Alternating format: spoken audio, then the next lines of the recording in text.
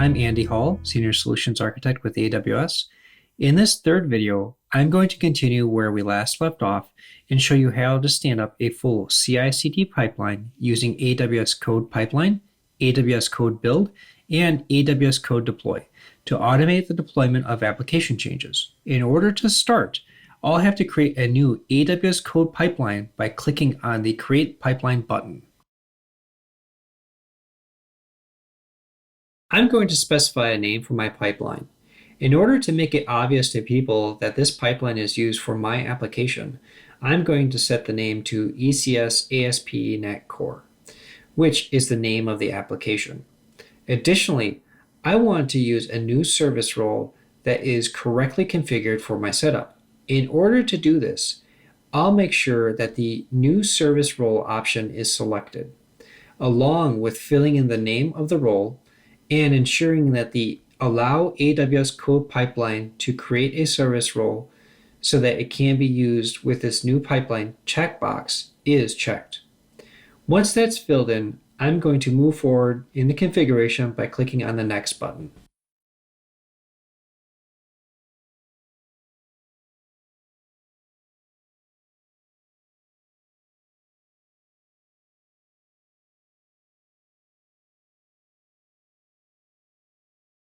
I want to integrate AWS CodePipeline with AWS CodeCommit so that when I check in changes to my application, the CI/CD pipeline will execute.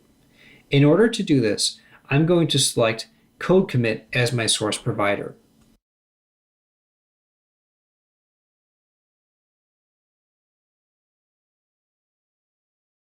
When I select CodeCommit, I can now fill in additional details such as the name of my repository, the branch name that I want to watch for changes, and how I want the service to detect changes to my repository. Since I have previously set up a CodeCommit repository, I'm going to use that one along with the master branch. Additionally, I'm going to use the recommended approach of using Amazon CloudWatch events for my code pipeline to recognize changes in order to start the CI/CD execution.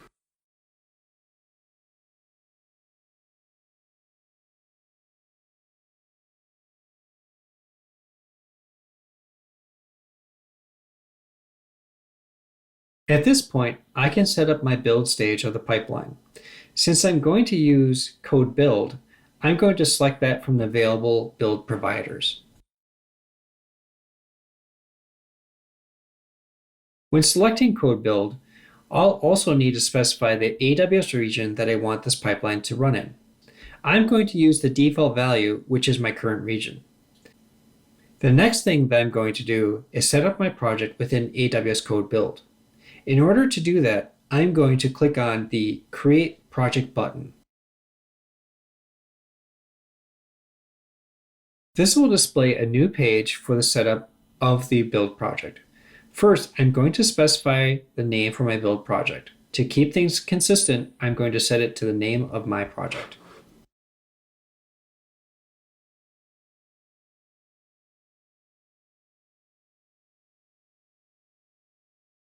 Now, I can use either a custom AMI or an AWS managed image for my build environment. Since I don't need a custom image, I'm going to use an AWS managed instance. In order to do this, I'll make sure that the managed image option is selected. I'll have to specify the target operating system for the build environment. Since I'm using ASP.NET Core, I can build my application using the Linux operating system instead of a Windows operating system. I'm going to select the operating system as Amazon Linux 2.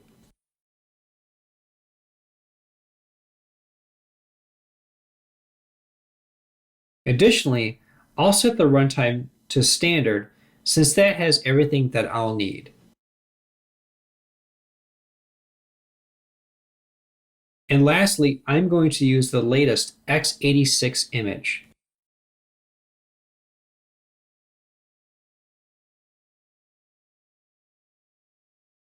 Since the goal of my build is to create a Docker image, I'm going to make sure that the build has elevated privileges.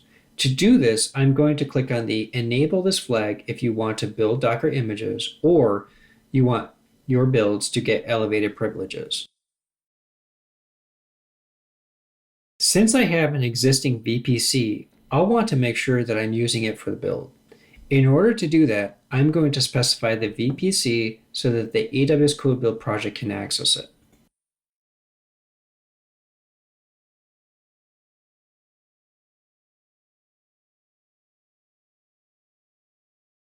Now that I've specified my VPC, I'm going to have to specify which private subnets that AWS CodeBuild should access.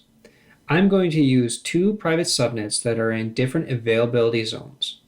Additionally, I'm going to use a security group that allows access to all resources within my VPC. I've set up this security group previously, so I'm just going to use this one.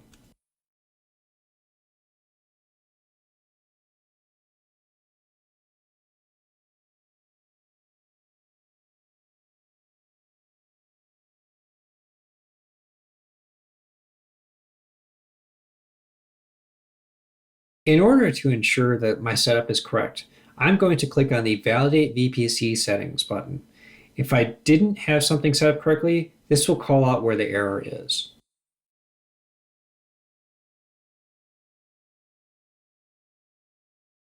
Since my VPC setup is correct, I'm ready to specify some details about the compute instances that should be used to build my application. Since my application is small, I'm going to use the smallest available size.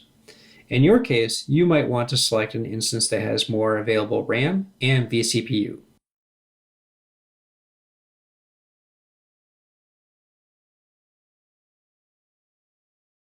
The next thing that I'm going to need to do is specify the location of my build spec file.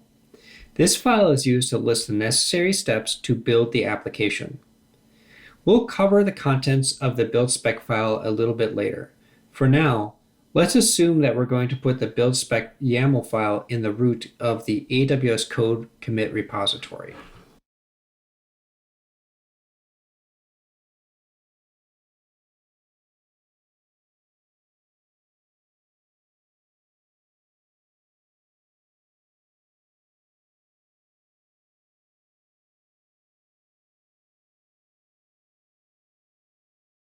Since I might run into issues, I'm going to make sure that the output is dumped into Amazon CloudWatch for later debugging and problem solving. In order to do this, I'll just leave the CloudWatch logs checkbox checked. At this point, my project is set up, so I'm going to click on the Continue to CodePipeline button. This will save the changes for this application setup and close this page.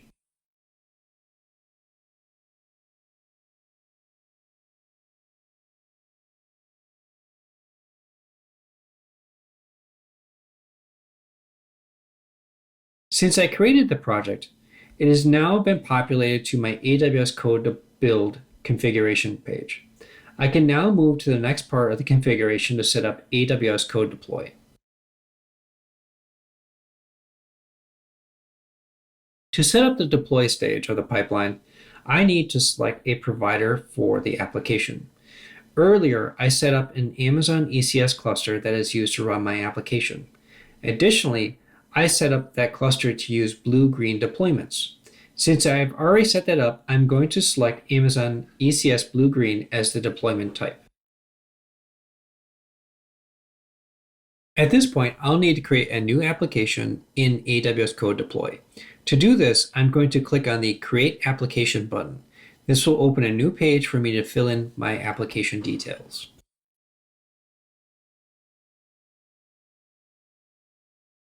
I'm going to specify a name and the compute platform for my application.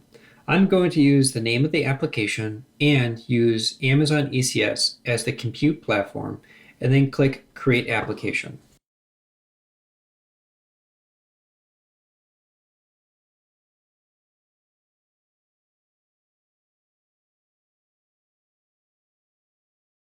Now that I have an application known to AWS CodeDeploy, I'll need to set up a deployment group.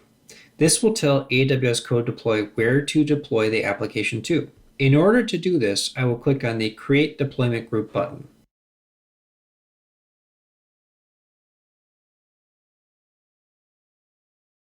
Looking at this page, I can see that the application and compute type have been filled in. So now I'll have to fill in a name for the deployment group. I'll use a name that is similar to the application name.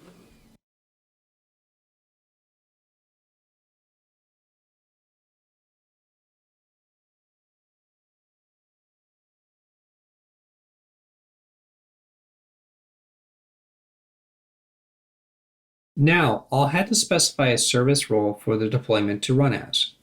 Since I set up a role earlier, I'm going to use that one for the deployment as well.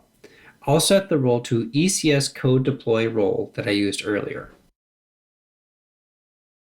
Now I'll set the target environment information, including the Amazon ECS cluster name and the name of the service running inside of the cluster.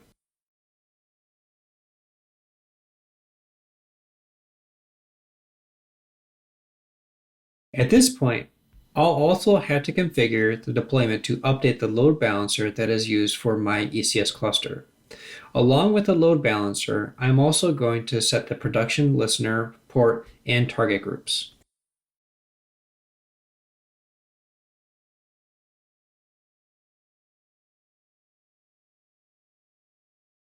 Next, I can specify the deployment configuration for my application. If I was configuring this for a production deployment, I'd make sure to do a canary deployment first. There are a number of existing deployment configuration options that are available to me. Additionally, I could also create one if it was needed. But since this is a test, I'm going to set the deployment configuration to all at once. The last step in setting up my deployment group is to set the time interval for the termination of the original containers. In a production environment, I would allow for a deployment over a period of hours or days. But since I'm only running a test, I'll set the termination time to be the smallest value, which is 5 minutes. Since I set up my Amazon ECS cluster for blue-green deployments, a number of things were already created for me. That would include the application name and the application deployment group. So I'm going to select those from the pre-existing values.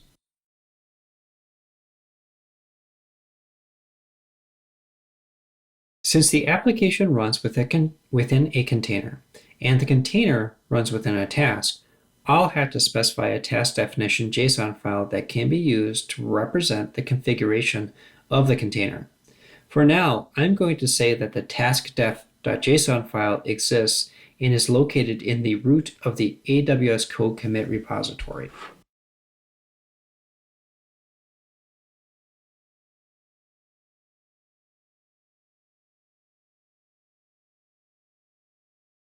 Along with the task definition, I'll also need to set the location of the application specification file.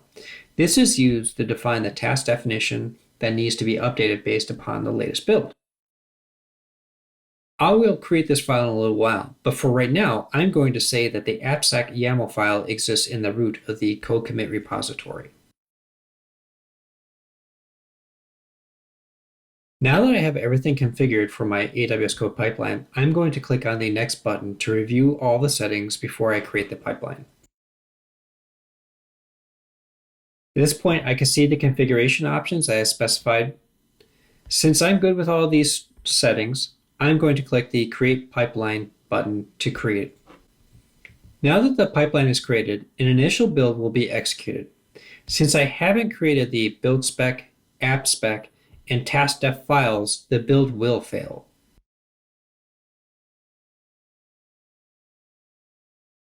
Now that the initial build has failed, I'm going to create the missing files and store them so that they end up in the root of the CodeCommit repository. Now at this point, I'm going to create the missing files and store them so that they will end up in the root of the AWS CodeCommit repository. There are multiple ways to create a task.def file. You can start from a current task and create one, or you can create one by hand. Since my application is rather simple, I'll just create a task.def file directly in AWS CodeCommit.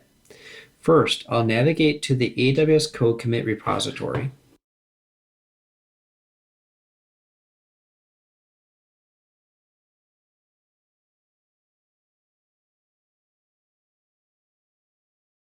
Then I'm going to use the AWS CodeCommit Management Console to create a new file and store it in the repository. I'm going to actually do the same process 3 times, once for the task.json file, once for the build spec YAML file, and once for the app spec YAML file. So I'll just show you a link to the documentation for the setup for each of these files. You can use the following documentation to set up your task definition JSON file. In our repository, I'm going to click on Create File, and I'm going to paste in the contents for our task.def file. I'm going to set the name to task.def JSON. I'm going to set the author to my name.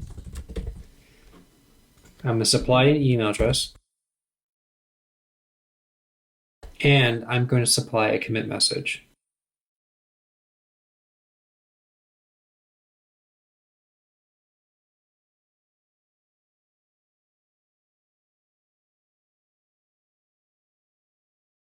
Now I'm going to create the build spec file.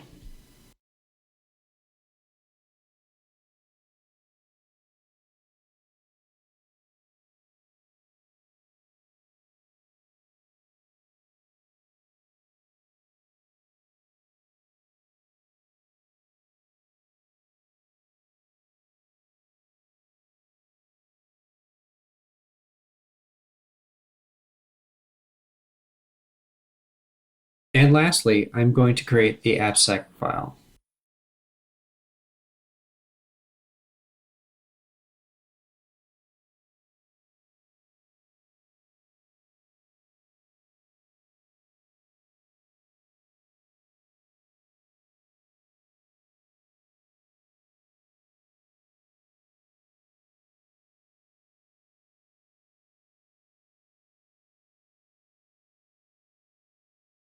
Now that all the required files are present, I'm going to go into Visual Studio and make a change to the application. Then I'm going to commit my changes and push the changes to the AWS CodeCommit repository. Here on the home page of the application, I'm going to change this message from "this is a new message" to "I just updated." Okay, so I've made my change. I'm going to go back and commit my change.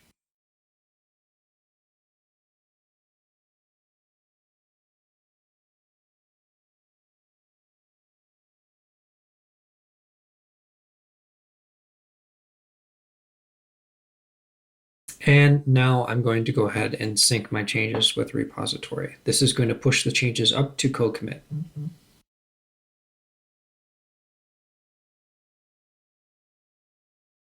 Now that the changes are in CodeCommit, we're going to go back to the AWS Management Console and take a look at our build pipeline. All right, back in the Management Console, I'm going to go into our code pipeline.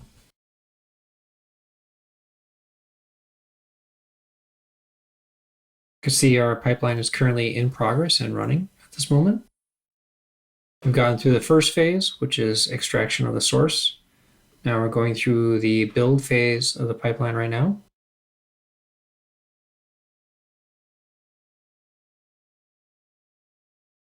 And when the build phase is complete, then we'll be in the deploy phase. Now the build phase is complete, and now we're executing the deploy phase. When we're in the deploy phase, if we go to details, so actually bring up a separate screen for us where we can see deeper details about the deployment process. We can see the various steps that are involved with it, as far as including deploying a replacement task set, rerouting traffic, and then there's a wait period, and after that, then we're going to go ahead and the deployment is going to terminate the original task. So I'm just going to pause it right here until we have completed the deployment, and we're going to check and see the results. So at this point, the new task has been deployed, and the traffic is being routed to the new task. And we can actually go ahead and take a look at the resulting application at this point in time. So to find that, we go back to EC2. We're actually going to go back to our load balancers.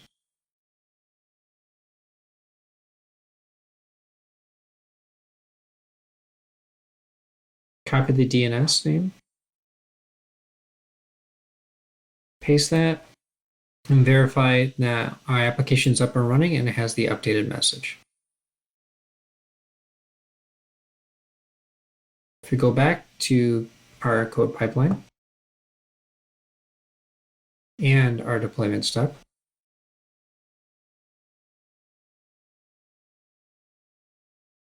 you can see we're in the wait period. And once we're through with that, the original container will be terminated. Now, if we look at our service, we can see there's currently 2 running tasks at the moment because we're in that wait period. Once we're through that, the additional original task will be terminated and there will only be a single running task at that point in time. Now the deployment has fully completed and we can see it's gone through all the steps. The first one being replacing of the task definition and the task itself, routing the traffic to the new task. There was a wait period and then terminating the original task. So if we go back to our ECS cluster and do a refresh, we'll see that we now only have a single running task. Additionally, our application has all the updated changes on it. As you can see, code changes that I made were pushed to the CodeCommit repository, which started my code pipeline. In the pipeline, CodeBuild executed the build of the source and the creation of a container image. This image was stored in Amazon ECR. The ECS cluster was updated with the new container image, and the old container was shut down. Additionally, you saw the final result, my .NET Core application running on AWS Fargate containers with integration to a full CI/CD pipeline. Thank you for joining me, and I hope that you found this video useful.